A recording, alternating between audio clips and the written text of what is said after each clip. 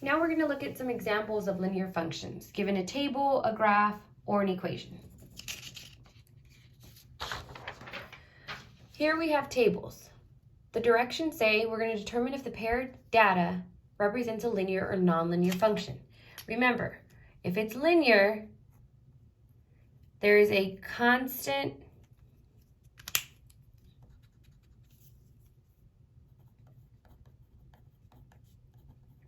rate of change. It's a constant slope throughout my x and y values.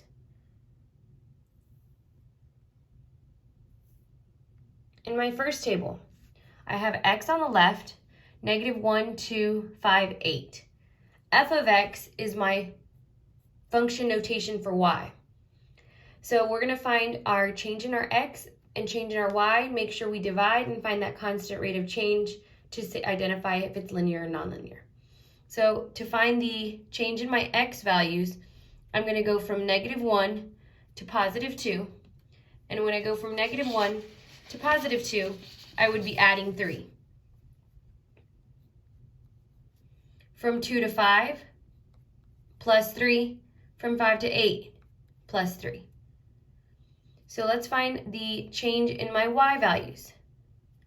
From 12 to 9, I would subtract 3. From 9 to 6, -3. From 6 to 3, -3. And you're going to know they're exactly the same value. So if I go ahead and take my change in my y value divided by the change in my x, -3 divided by 3 is -1. So it has a constant rate of change, a slope of -1. So this is a linear function.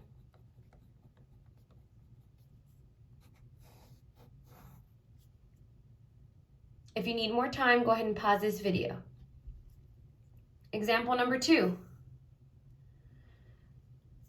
We need to find the change in our x values and the change in our y values. So the change from -2 to 0 would be adding 2. From 0 to 2, you add 2. From 2 to 4, you add 2. Now let's find the change in our y values. From 5 to 1, you subtract 4. From 1 to 5, you add 4. From 5 to 17, you add 12.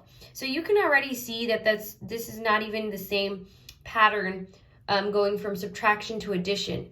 You can automatically say it's nonlinear, but if you do test it out using the change in y divided by the change in x between more than 2 points, -4 divided by +2 is a -2.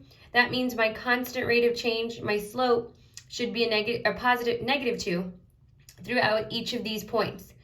If I check the next point, 4 divided by 2, that's a +2. So they have to be exactly the same number. -2 and +2 are not the same number. So this is a non-linear table, non-linear function. Because our rate of change was not the same. Example number 3. We're going to find the change in our x over the change in y over change in x. So from +2 to 1, you subtract 1. From +1 to -1, you subtract 2. From -1 to -4, you're subtracting 3. So just because the change in our x values are not exactly the same, you don't automatically want to identify this as nonlinear. They could be skipping points throughout each of these values. So you want to check using the change in y divided by the change in x. The change in my y values. From 3 to 4 is adding 1. From 4 to 6, add 2. And from 6 to 9, you add 3. So let's go ahead and test this out with each of those rate of each of those changes in my y's divided by the change in x. So my change in my y divided by my change in my x. Don't automatically assume This is nonlinear just because these values are different throughout your points. You need to divide. So if you take the change in your y, 1, divided by the change in your x, -1, you get -1. So that means every time I divide these changes, I should get -1 to identify this as linear.